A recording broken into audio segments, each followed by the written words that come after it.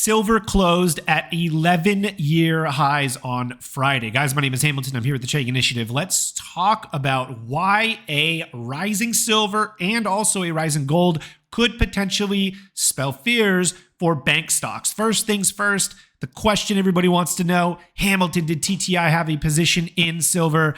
Absolutely, yes, we did. What you're looking at right here is our trade idea that went out September 27th, 2024. So a couple of weeks ago, this is our market research portal. And as you can see, yes, we were monitoring the silver base breakout into 11-year highs. We wanted to take advantage of it above 29.5. Our stop was a close below 27 with price targets at 33.5, 44.5 and up. January 17th, 2025, $35 calls for no more than $1. And as you can see, we caught the 11-year high breakout. We're currently up anywhere between 20 and 30%, depending on where you got filled. But the bigger question here is, does this spell fear for bank stocks? There's this underlying assumption that if silver and gold are breaking out, that bank stocks have to eventually come down, right?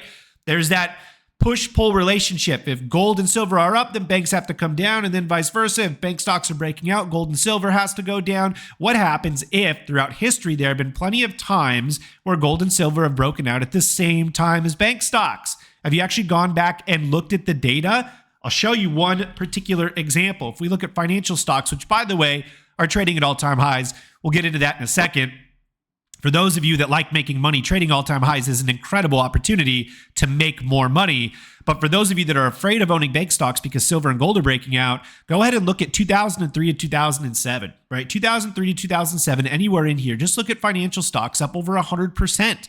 This was post.com pre-GFC, right? Value stocks really outperformed energy, financial-related stocks. That's really what was doing well. In between that decade of the dot-com bubble burst and then the great financial crisis, financial stocks did absolutely incredible. But so did gold, right? So for anywhere between, 3 to 5 years, go back, GLD started trading back in 2004. We'll just shift click up to like 2006, 2007. Gold ran 60, 70% as well. So we had this relationship where bank stocks, financial stocks, and gold were running at the same time. That's a 3 or 4 year window where both of them, both different types of assets, are moving in the same direction. So if you were afraid that the market was going to fall because gold was breaking out at the same time bank stocks were breaking out, you would have been shorting for years. You're a discretionary retail trader that doesn't have billions of assets under management to continue to layer in shorts like Michael Burry. If you shorted for years, you blew up. And even if you did time the top in 2007, 2008, you probably didn't have any goddamn money left to make any money on the backside, right? Bank stocks and gold and silver can go up at the same or in the same direction for an extended period of time. Trying to figure out why this stuff happens is going to be the death of you. As retail discretionary swing traders, particularly with a technical approach, we are simply following trends, identifying price. That's it. That is the way that we figure out where we want to leverage our capital, protect our purchasing power, right? Because that's why we trade. That's why we're in the markets. Degradation of the dollar. We want to go ahead and hopefully offset that by participating in uptrends, right? Assets that are increasing in value. That's what we want to do this stuff for. But once again, there's this innate need to know exactly why silver's going up. And I'm going to tell you something. It's because it's breaking out, right? There's more buying demand than selling pressure. That's why the price of silver is going up. In terms of bank stocks, everyone wants to freak out about banks. The big hot thing this weekend was unrealized losses on banks, etc., are record setting. They're worse than the GFC. Tell me why the financial sector is sitting at all-time highs. Guys, why do you think the financial sector is sitting at all-time highs? If the market is afraid that it's about to fall because of these absorbent losses, why is JP Morgan trading at all-time highs? Why is Morgan Stanley trading near all-time highs? Is this all-time highs? This is all-time highs for Morgan Stanley. Tell me why Goldman Sachs is trading at all-time highs. I'm sorry to tell you this. I really am. But if you're reading something online about how bank stocks are about to break down because they don't see what, the anonymous account on FinTwit with an anime profile picture sees on their balance sheet, do you really think these guys that are sitting on Wall Street aren't in the know as well? Price is our greatest asset to figure out what the market actually thinks about something. And in uptrends, specifically during bull markets, it generally means that they are bullish on the stock. that they expect that it's going to continue to appreciate. That's why you buy stuff. You buy it with the understanding that you're going to be able to sell it later at a higher price and bank the profit. Do you think they're just buying this stuff because they're supposed to or they need to? It's because they want to make money on it. That's the reason why.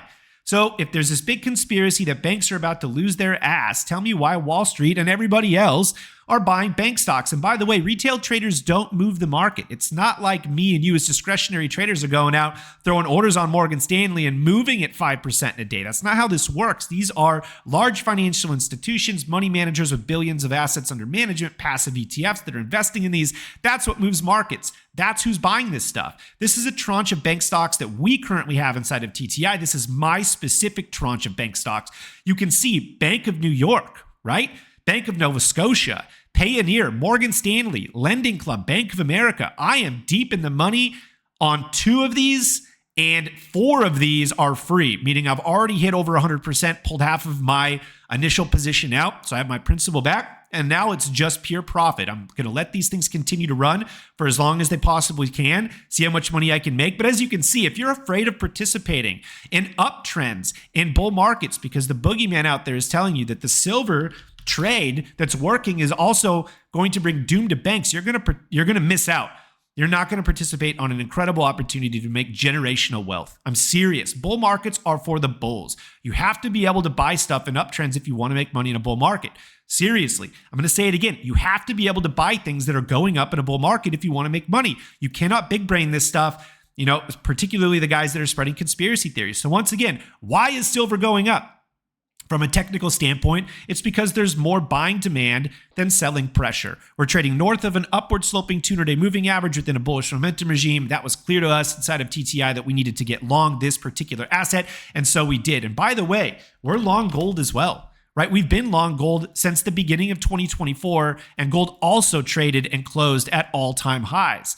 This stuff can run for years. So if you're worried about banks right now, what's going to happen in 2 or 3 years when banks continue to run, when gold and silver continues to run, and you're going to be, looking like an asshole because you didn't want to buy this stuff in 2024. You don't want to buy it in 2025 because it's already too expensive. You don't want to buy it in 2026. And so you're just going to sit there and wait for it to fall. Eventually, this will culminate in some sort of blow off the top. There will be a bear market. That's how markets work.